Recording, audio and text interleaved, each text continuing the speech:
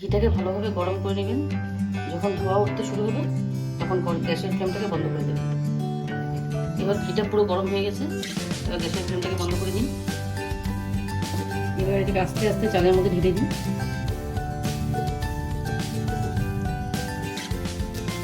চালটা আর ঘিটা ভালো করে মেখে নিন। এটার মধ্যে অল্প গরম মশলা গুঁড়ো,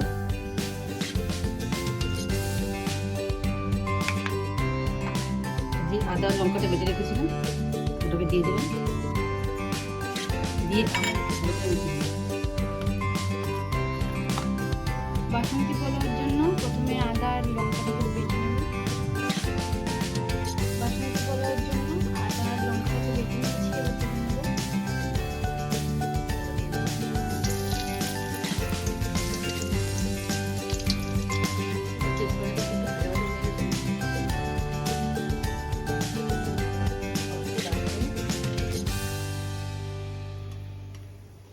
দশ বারোটা মতন এলাচ,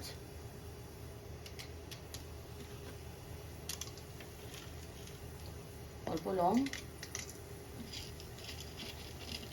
অল্প গোলমরিচ। এবার মশলাটা একটু ভাজা ভাজা হয়ে গেলে এটাতে আধ করে রাখা কাজু বাদামগুলো দিয়ে দেব। এবার কাজুটা একটু ভাজা ভাজা হয়ে গেলে কিশমিশগুলোকে ছেড়ে দিন।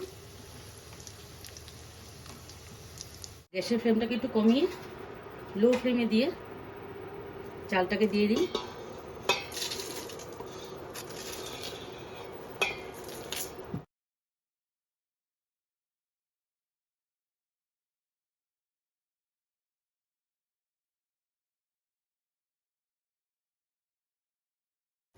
এবার চালটা থেকে যদি একটা গন্ধ বেরিয়ে আসে, সুন্দর গন্ধ, তখন বুঝে যাবেন চালটা প্রায় ভাজা ভাজা হয়ে গেছে।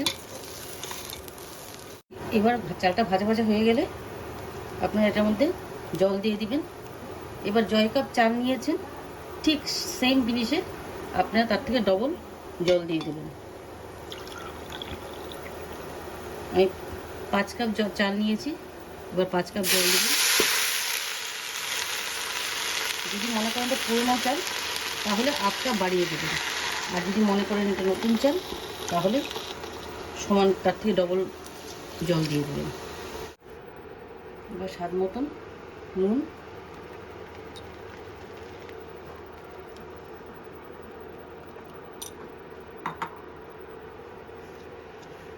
চিনি।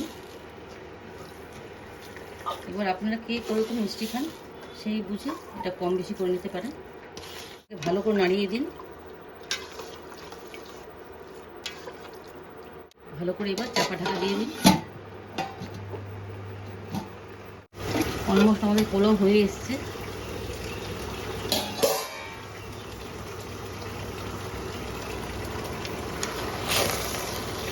দেখুন একদম ঝুরঝুরে, যেন কেশরটা ঢেলে দিন।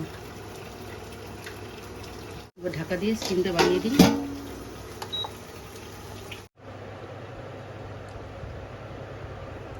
আমাদের বাসন্তী পোলাও পুরো রেডি।